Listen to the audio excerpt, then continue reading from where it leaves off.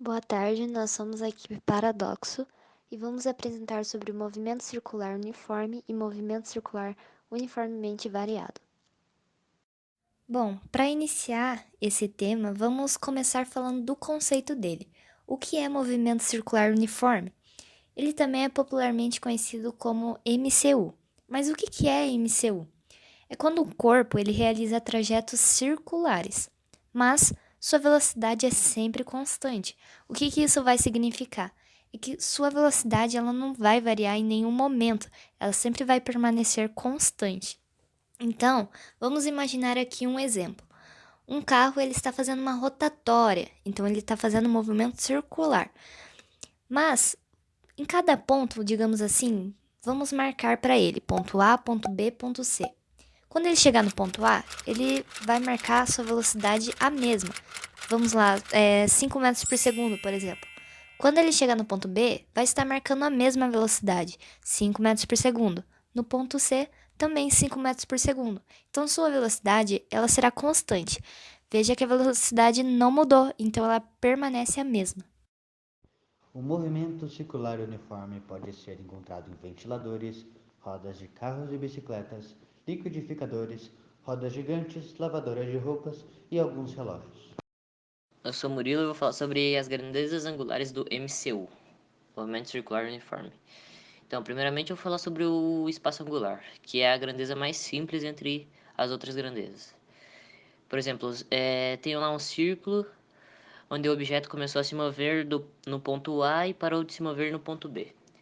O ponto A será o espaço angular inicial e o ponto B será o espaço angular final. E ele é representado pela letra grega φ. E basicamente ele é a subtração do espaço angular final pelo espaço angular inicial. E a fórmula seria então ΔΦ, variação de φ, igual a φ final e menos φ inicial. E agora a velocidade angular. Então, em um círculo, suponhamos que em um círculo o objeto se move do ponto A até o ponto B. E entre esses pontos eles vão formar o ângulo θ. Então podemos se dizer que o objeto ele se desloca em φ por radianos por segundo. E a fórmula dele é ômega, que é a letra grega, ômega igual a ΔΦ sobre ΔT.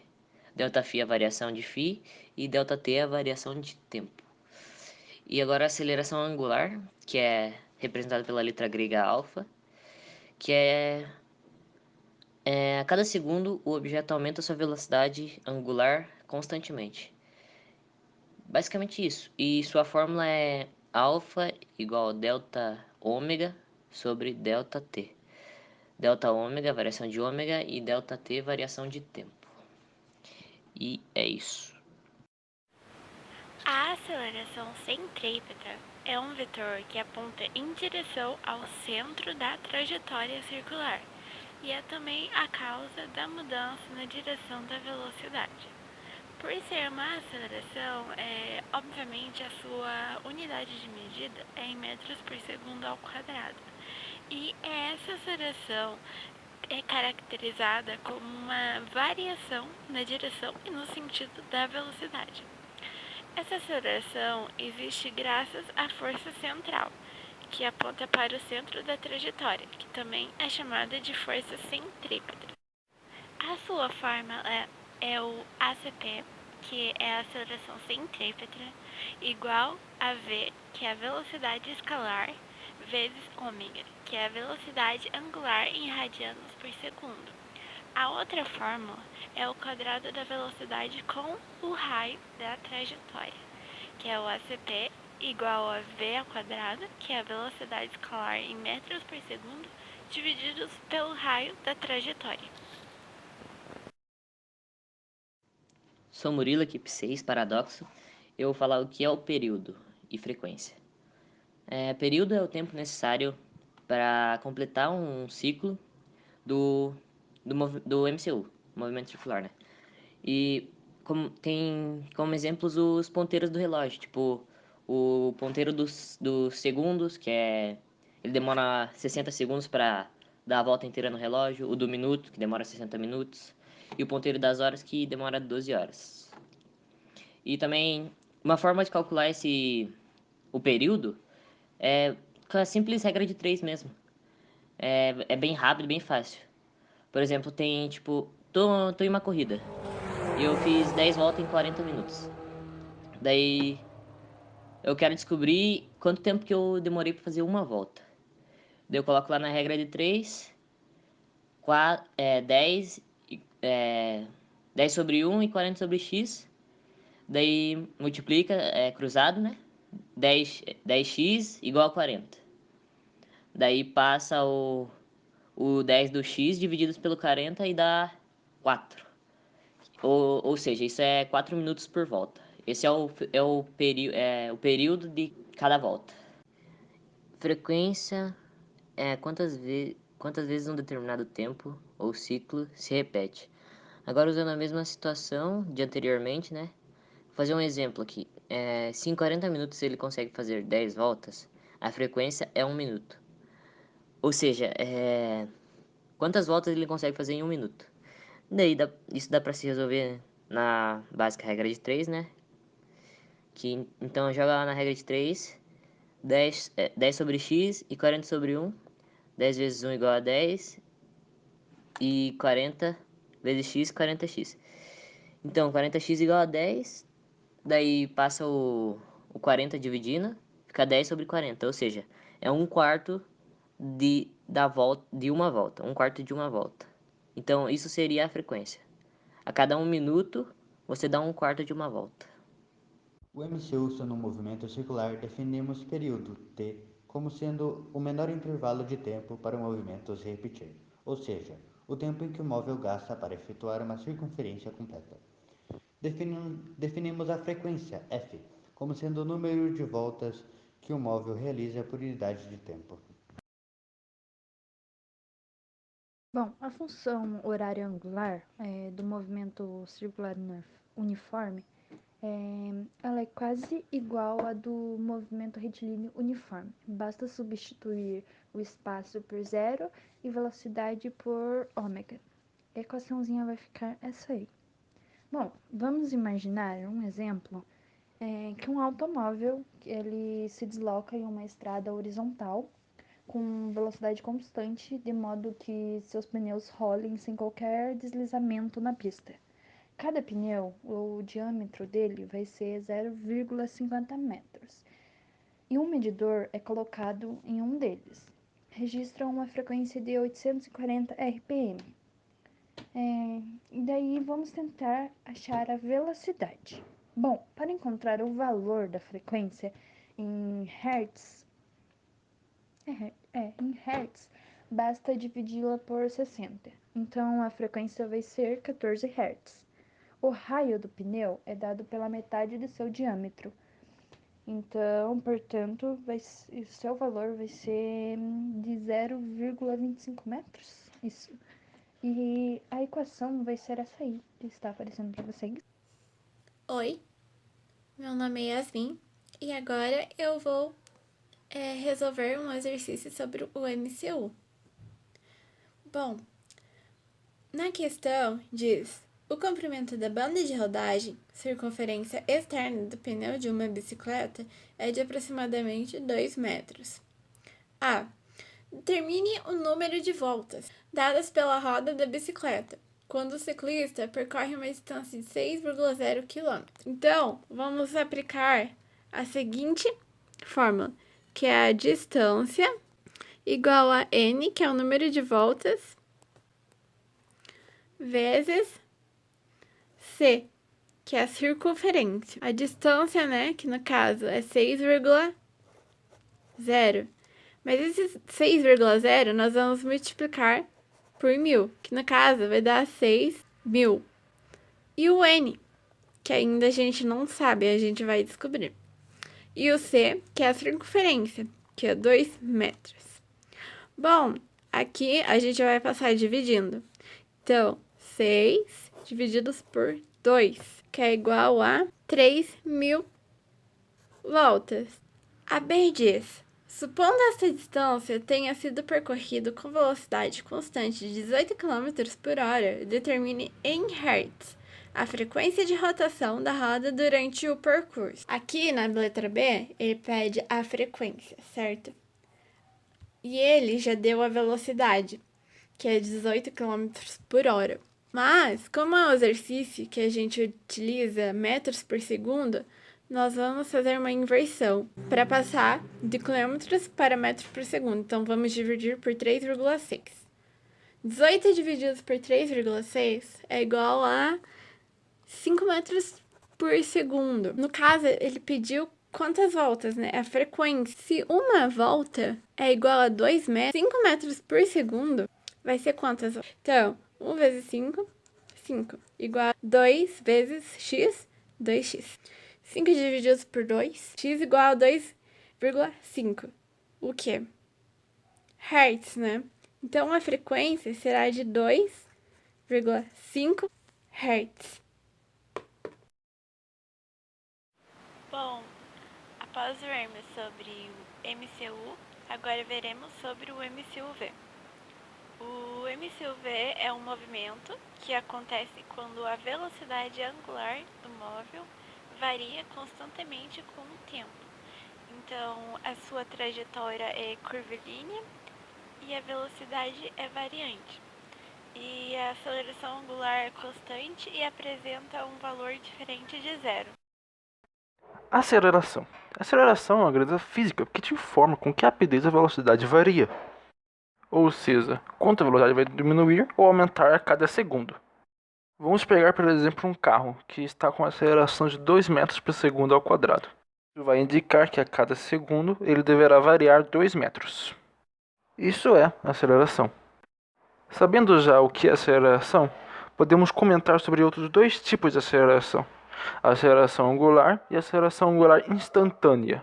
Bem, a aceleração angular é uma aceleração que se define pelo quociente, que é o resultado de uma divisão da variação da velocidade angular e do intervalo do tempo.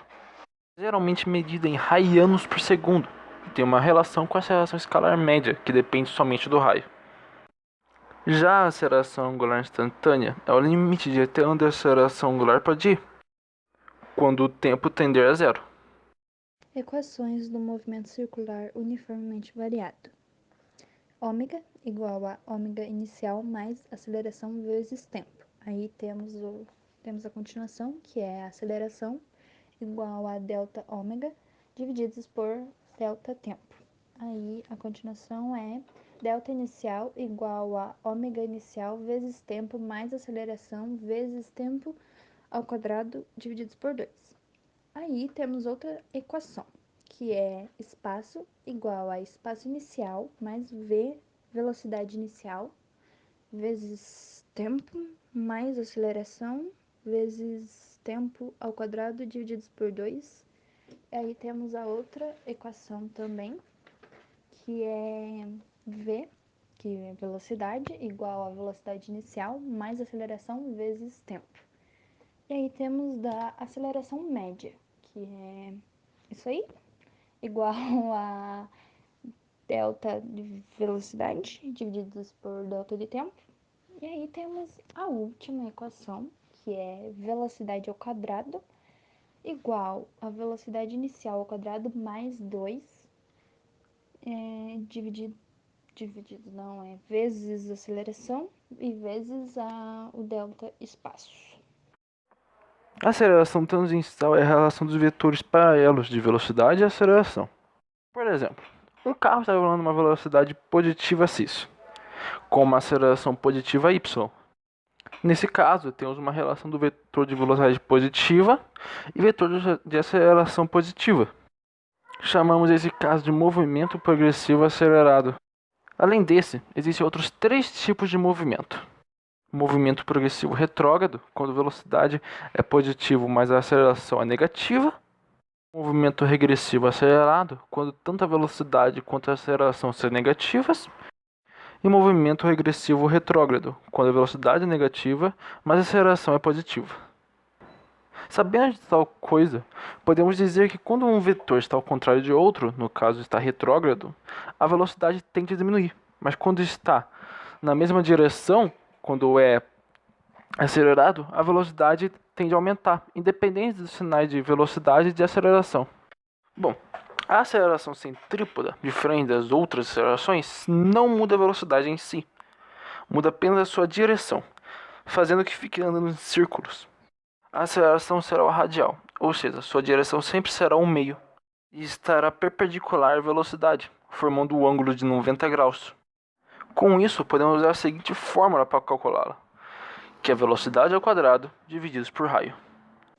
Bom, vamos falar agora da diferença de MCU e MCUV.